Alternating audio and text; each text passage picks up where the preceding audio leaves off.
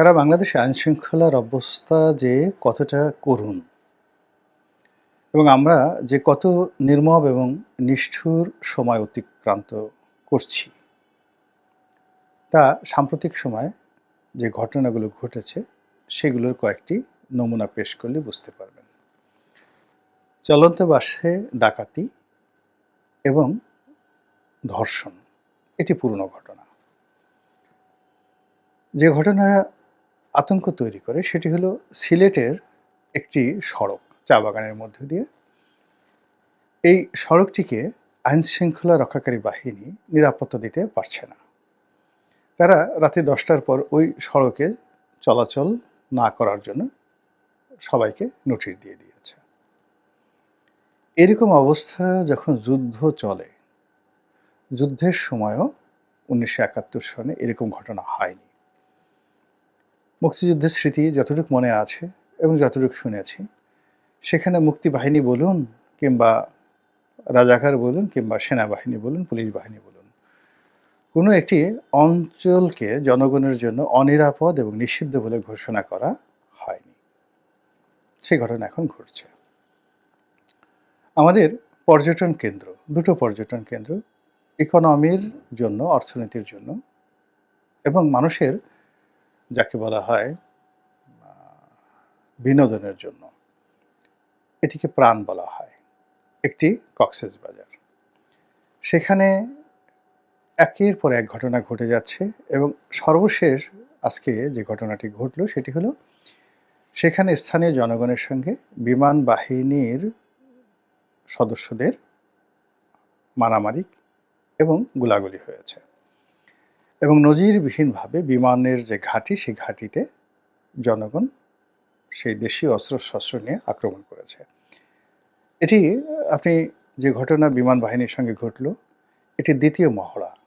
প্রথম মহড়াটা শুরু হয়েছিল চট্টগ্রামের নৌবাহিনীর যে সদর দপ্তর, সেখানের একটা বিয়ে বাড়িতে উচ্ছৃঙ্খল জনতা ঢুকে গিয়ে নৌবাহিনীর সদস্যদেরকে বেদম প্রহার করেছিল এবং সেই ঘটনায় কাউকে গ্রেপ্তার করা হয়নি, কারো বিরুদ্ধে ব্যবস্থা নেওয়া যায়নি।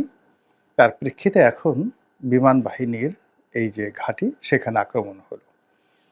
কালকে যদি পুলিশের কোনো যাকে বলা হয় ব্যারাক, আপনারা জানেন যে প্রত্যেকটা জেলাতে একটা করে আর্ম পুলিশের ব্যারাক রয়েছে এবং সেখানে অস্ত্র থাকে একটা নির্দিষ্ট জায়গাতে এবং পুলিশরা সাধারণত সেখানে নিরস্ত্র অবস্থায় থাকে। তো সেখানে যদি কেউ আক্রমণ করে, এমনকি ছোট ছোট সেনা ঘাঁটি রয়েছে বাংলাদেশের অনেক জায়গাতে, ক্যান্টনমেন্টের কথা বাদ দেন, বিশেষ করে পার্বত্য অঞ্চলে অনেক সেনা ঘাঁটি রয়েছে এবং অনেকগুলো বর্ডার যে সিকিউরিটি, আমাদের যে বিএসএফ মানে বিজিবি রয়েছে, তো বর্ডার গার্ড অফ বাংলাদেশ, তো তাদেরও অনেকগুলো ঘাঁটি রয়েছে বিভিন্ন সীমান্ত এলাকাতে এবং ওই সকল এলাকাতে এখন চোরাচালানির যে দৌরাত্ম্য, যেভাবে নির্বিবাদে চোরাচালানি হচ্ছে, এটি গত ২-২০ বছরে কখনো এইভাবে হয়নি। ফেন্সিডিল বলেন, গরু বলেন, অন্য যে সকল ইয়াবা বলেন, মানে গণহারে কোনো আইন কানুন থেকে কোনো কিছু মানছে না চোরা কারবারিরা। এবং এই অর্থ যে কিভাবে টাউট বাটপারদের হাতে চলে আসছে, সিন্ডিকেটের হাতে চলে আসছে এবং এখন যাদের হাতে ক্ষমতার চাবিকাঠি, তাদের কাছে এই অর্থের একটা ভাগ যে কিভাবে চলে গেছে, আপনারা একটু খবর নিয়ে দেখেন। চকরিয়াতে, পেকুতে, কক্সবাজারে, উখিয়াতে, এই সমস্ত এলাকাতে খোঁজ নিয়ে দেখেন যে কি হচ্ছে সেখানে। খোঁজ নিয়ে দেখেন তো চাঁপাইনবাবগঞ্জে, বৌমারীর সীমান্তে, সিলেটে গিয়ে দেখেন যশোরে কি হচ্ছে। এবং এখানে আইনশৃঙ্খলা রক্ষাকারী বাহিনী তারা অনেকটা অসহায়, নির্বিকার এবং কোনো ব্যবস্থা নিতে পারছে না। ফলে কি হচ্ছে, পুরো দেশে এই যে আন্ডারওয়ার্ল্ডের যে ব্যবসাটি, এটি বেড়ে যাওয়ার সঙ্গে সঙ্গে আন্ডারওয়ার্ল্ডের যে অর্থনৈতিক লেনদেন, সেই লেনদেনে স্বর্ণ, অস্ত্র, নারী, মাদক, খুন খারাবি, রাহাজানি, চুরি, ডাকাতি, ছিনতাই, এগুলো স্বাভাবিকভাবে বাড়বে এবং সমাজ অস্থির হবে এবং এটাই এই ঘটনাটা ঘটাচ্ছে। ধানমন্ডির মতো জায়গাতে বাংলাদেশের সবচেয়ে পুরনো অভিজাত এলাকা। সেখানে প্রকাশ্যে ডাকাতি হচ্ছে, দিনে ছিনতাই হচ্ছে প্রকাশ্যে, রাতে ডাকাতি হচ্ছে, এবং সেই ডাকাতির ঘটনা আবার মাইকে ঘোষণা করা হচ্ছে, এবং আইনশৃঙ্খলা রক্ষাকারী বাহিনী সেখানে পৌঁছতে পারেনি। রামপুরাতে প্রকাশ্য যাকে বলা হয় রাজপথে গুলি চালিয়ে, পিস্তল দিয়ে গুলি চালিয়ে যেভাবে স্বর্ণ লুট করা হলো একজন স্বর্ণ ব্যবসায়ীর কাছ থেকে, তার পরিবার আর্তচিৎকার করে বাড়ির দরজার গেট খোলার জন্য বাড়িওয়ালাকে অনুনয় বিনয় করলো, বাড়িওয়ালা গেট খুলল না, এবং সেখান থেকে তার সেই স্বর্ণ ছিনতাই করে নিয়ে যাওয়া হলো রামপুরাতে। এরকম ধর্ষণের কথা যদি ধরেন, একদিনে শত শত ধর্ষণের ঘটনা ঘটছে। আমাদের আরেকটি পর্যটন যে স্পট রয়েছে, সেই পর্যটন স্পট হলো সাজেক, পুরোটা সেনাবাহিনীর নিয়ন্ত্রণে, এবং সেখানে ভয়ঙ্কর রকম আগুন কে বা কারা লাগিয়ে দিল, অনেকগুলো রিসোর্ট সেখানে পুড়ে গেল। সিলেটের যে অবস্থা, সেই অবস্থা সিলেটের যে পর্যটন শিল্প, পুরো পর্যটন শিল্পটা মুখ থুবড়ে পড়ে গেছে। সাভারে বিভিন্ন এলাকাতে আইনশৃঙ্খলা এতটা অবনতি হয়েছে, এবং সেখানে বিভিন্ন রাজনৈতিক দলের অন্তর্দ্বন্দ্ব, কলহ, মারামারি, কাটাকাটি একেবারে তুঙ্গে গিয়ে পৌঁছে গেছে, এবং ওখানে সরকারি কর্মকর্তা থেকে শুরু করে আইনশৃঙ্খলা রক্ষাকারী বাহিনী বলতে গেলে অসহায় অবস্থায় পড়ে গেছে। এবং এই অসহায় অবস্থার কারণে রাত ৩টার সময় স্বরাষ্ট্র মন্ত্রণালয়ের যিনি দায়িত্বপ্রাপ্ত কর্তা, মানে উপদেষ্টা রয়েছেন, ভদ্রলোক মানুষ, তিনি নজিরবিহীন একটা সংবাদ সম্মেলন করলেন। তার সেই সংবাদ সম্মেলনে ডিবির যিনি ঢাকা মহানগরী প্রধান, তিনি উপস্থিত ছিলেন, রেজাউল মল্লিক। তারপরে বিজিবির যিনি প্রধান, তিনি উপস্থিত ছিলেন, এবং পুরো অনুষ্ঠানটি মানে উপদেষ্টা মহোদয় নিজে এবং বাকি যারা তার কর্মকর্তা সবাইকে এতটা বিধ্বস্ত, এতটা যাকে বলে অসহায় মনে হচ্ছিল, যার কারণে এখন ওই সংবাদ সম্মেলন নিয়ে নিদারুণ সমালোচনা হচ্ছে যে কী দরকার ছিল, রাত ৩টার সময় কী দরকার ছিল। এখন সেই স্বরাষ্ট্র উপদেষ্টা যিনি রয়েছেন, তার পদত্যাগ দাবি করা হচ্ছে। এই ব্যাপারে আবার তাকে প্রশ্ন করা হচ্ছে, তিনি বলছেন পদত্যাগ তো পরে, অনেকে তো আমার জানাজা পর্যন্ত পড়ে ফেলেছে, আমি মরে গেছি, এই সকল কথাবার্তা হচ্ছে। তারপরে যৌথ বাহিনীর টহল বাড়বে, তারপরে স্পেশাল ফোর্স নামানো হবে, আইজি সাহেব বক্তব্য দিলেন, অন্যান্য পুলিশ কর্তারা বক্তব্য দিলেন, কিন্তু পরিস্থিতি আজকের দিনেও, এই আমি যখন ভিডিও করছি তখন পর্যন্ত একটি সুসংবাদ আসেনি। যে ঘটনাগুলো গত 48 ঘন্টায় ঘটেছে, তার একটি সুরাহা হয়নি। ফলে পুরো নগরী, মহানগরী, জেলা শহর, উপজেলা শহর এবং প্রত্যন্ত অঞ্চল রীতিমতো যেটিকে বলা হয় সাপদ সংকুল, সেরকম হয়ে পড়েছে। মানুষ, দীর্ঘদিন যারা নেতা ছিলেন, তাদের মধ্যে আতঙ্ক ঢুকে গেছে, এবং এই অবস্থাতে সাধারণত যেটি হয় গুপ্ত হত্যা বেড়ে যায়, এবং প্রতিপক্ষ, রাজনৈতিক প্রতিপক্ষ, ব্যবসায়িক প্রতিপক্ষ, প্রেমের প্রতিপক্ষ, জায়গা জমি নিয়ে বিরোধের যারা প্রতিপক্ষ, তারা করে কি, এই মবকে ব্যবহার করে প্রতিপক্ষকে দমন করে। এবং তার কিছু নমুনা আমরা দেখতে পেরেছি। এই যে আমাদের দেশে একজন খুব জনপ্রিয় নায়িকা ছিলেন দিতি, এবং তার হাজব্যান্ড সোহেল চৌধুরী, তাদের কন্যা, একমাত্র কন্যা, সে নারায়ণগঞ্জে গিয়ে একটা পারিবারিক বিরোধে সেখানে গিয়ে সে রীতিমতো পিটুনি খেয়ে তার ঠ্যাং ভেঙে তারপর তাকে সেখান থেকে আসতে হয়েছে।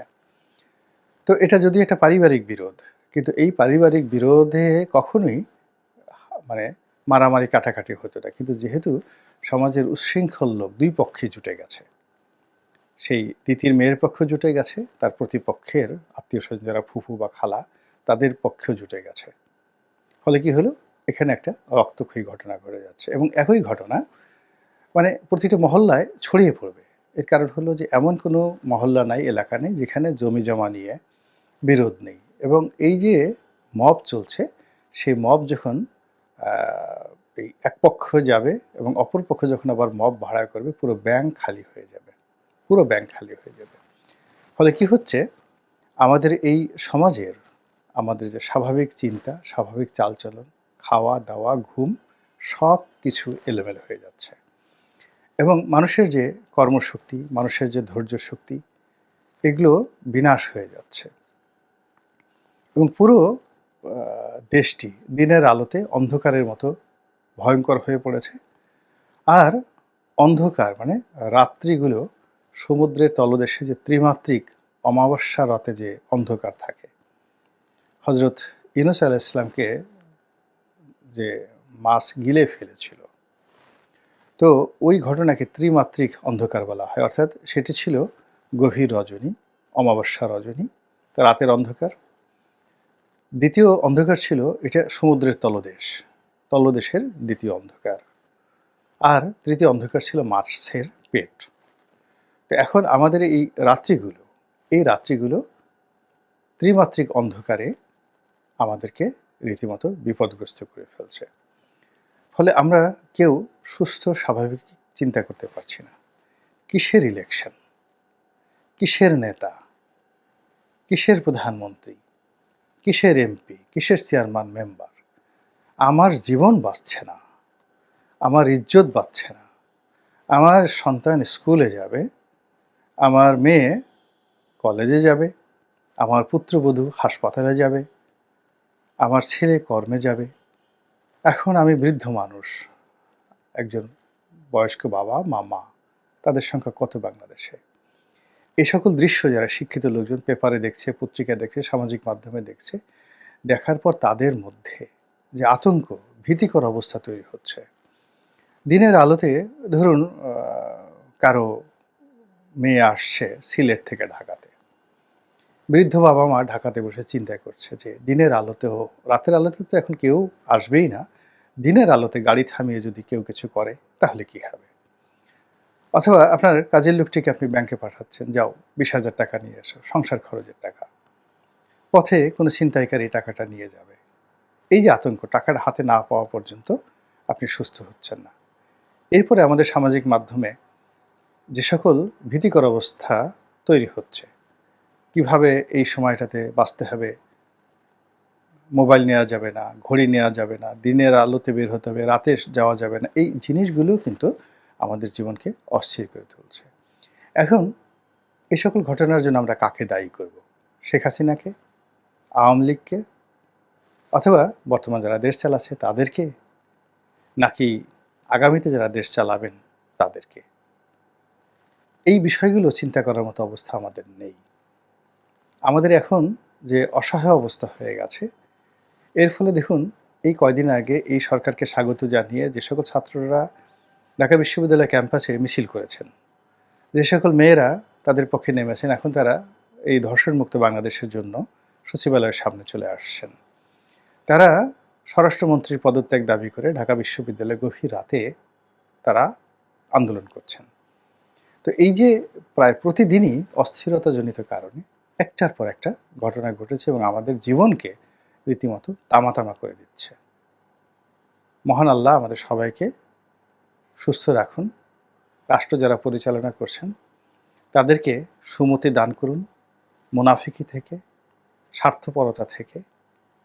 তারা নিজেদের মন মস্তিষ্ককে মুক্ত করে এই দেশমাতৃকার কল্যাণে নিজেদের যে পবিত্র দায়িত্ব আল্লাহ অর্পণ করেছেন, সেই দায়িত্ব তারা সঠিকভাবে পালন করে জনজীবনের স্বস্তি ফিরিয়ে আনার জন্য তারা সফল কাম হন, এই দোয়া করছি। আসসালামু আলাইকুম ওয়া রাহমাতুল্লাহি ওয়া বারাকাতুহু।